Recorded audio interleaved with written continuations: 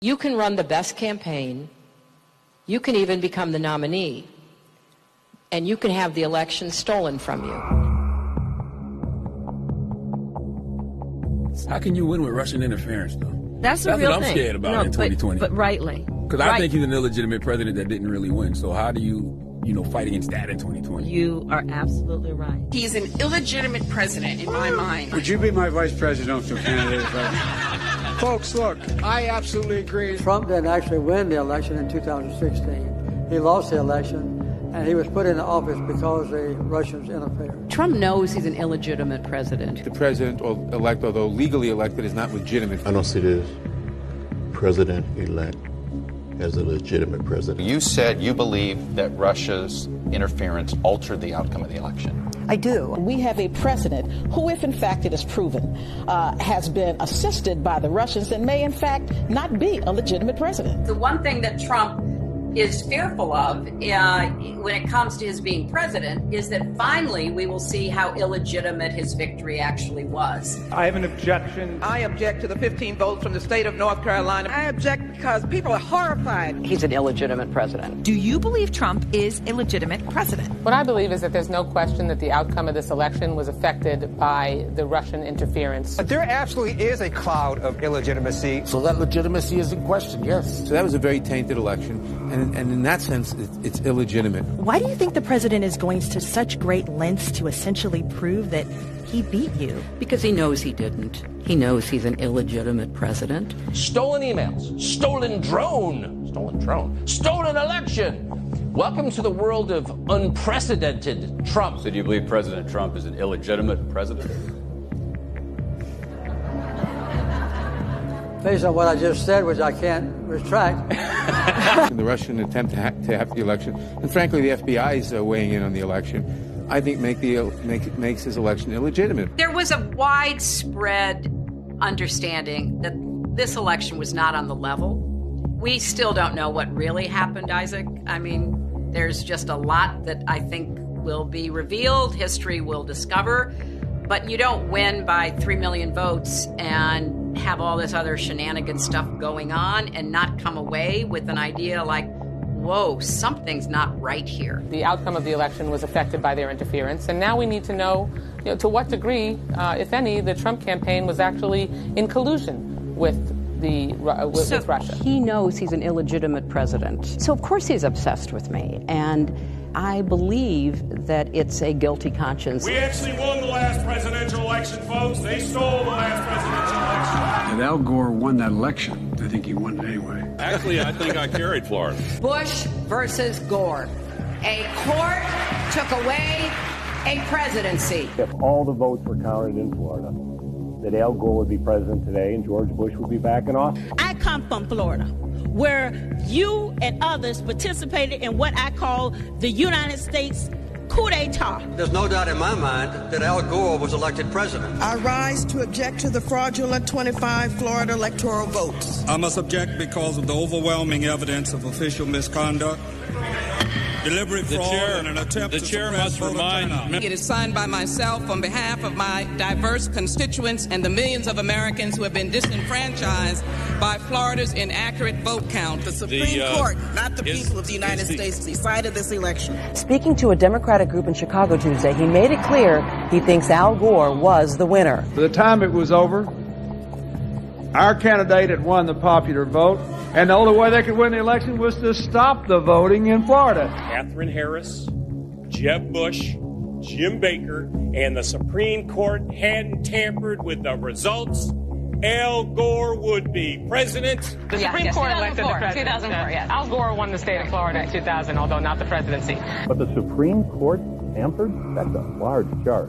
The Supreme Court stopped the counting of the votes, and if they'd let the count go on, Al Gore would have got the necessary votes. The Supreme Court selected George W. Bush as the president. He was not elected. There is overwhelming evidence that George W. Bush did not win this election. What I observed as a voter, as a citizen of Illinois 4 years ago, were troubling evidence of the fact that not every vote was being counted. I don't think that George W. Bush won the election in 2000 against Al Gore because I think he probably lost Florida and also that nationwide. If you invite me back on this show in about 8 weeks, I think you're going to learn that Al Gore actually did get all the votes there. The court has been thwarting formation of the popular will, the most spectacular example being Bush versus Gore, where the majority, by a 5-4 vote, enjoined the counting of more than 100,000 ballots in Florida and essentially gave America its first court-appointed president. I think in 2000, everybody thought, well, he did win the election, Al Gore. After the election, when you stole the election, you came back here and said, get over it. No, we're not going to get over it. You know it, I know it, they know it. We won that election. Constantly shifting vote tallies in Ohio and malfunctioning electronic machines, which may not have paper receipts, have led to additional loss of confidence by the public. The right to vote has been stolen from qualified voters. In 2004, the democratic process was thwarted. The 2004 presidential election in Ohio was riddled with unnecessary problems. Some machines malfunctioned, causing votes to be counted more than once, or not at all. Based upon an inordinate number of allegations suggesting gross voting rights violations and misconduct, I join with my colleagues in objecting to counting the state of Ohio's electoral votes. As in 2000, the votes of many who wanted to vote were not, in fact, counted. This last Friday night, I arranged to meet Senator Kerry at a fundraiser to give him a copy of my book.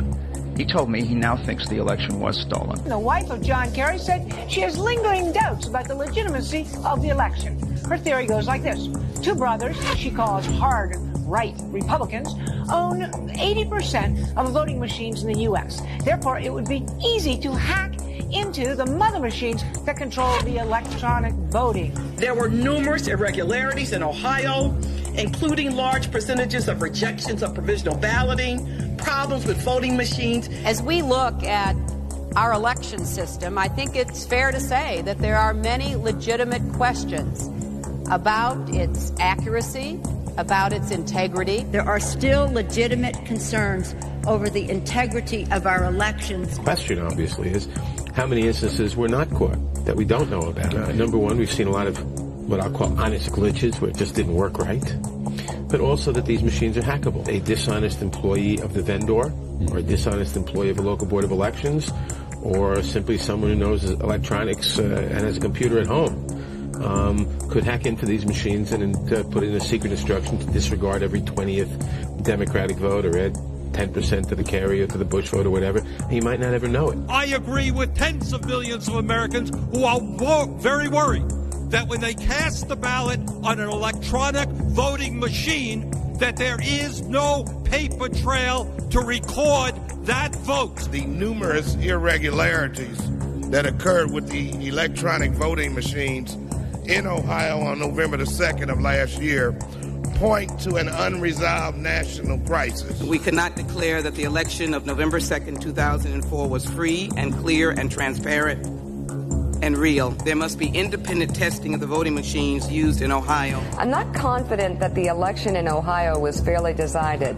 We know that there was substantial voter suppression, and the machines were not reliable. The members of Congress who have brought this challenge are speaking up for their aggrieved constituents, many of whom may have been disenfranchised in this process. Treating today's electoral vote count in Congress as a meaningless ritual would be an insult to our democracy unless we registered our own protest against the obviously flawed voting process that took place in so many of our states. Voters who wish to cast a vote for president or vice president can't approach the polls with certainty that their vote will be counted. One of the most significant problems in Ohio and in many other states was the lack of measures to ensure the integrity of electronic voting machines. In 2004, they caused Democratic voters in Ohio to wait for 8 hours before they could cast their ballot.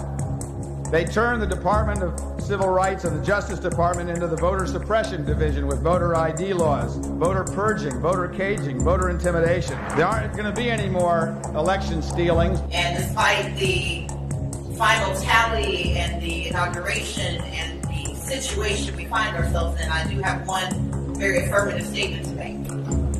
We won. Without voter suppression, Stacey Abrams would be the governor of Georgia.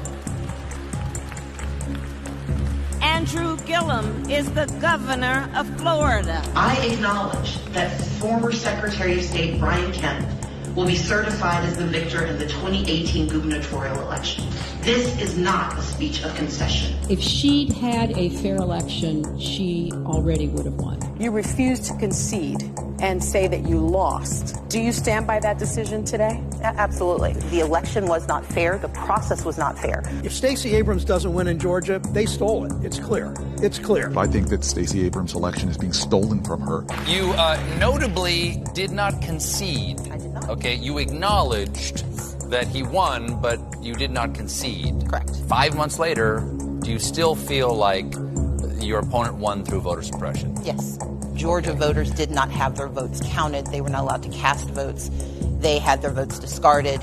She would be the governor of Georgia today had the governor of Georgia not disenfranchised 1.4 million Georgia voters before the election.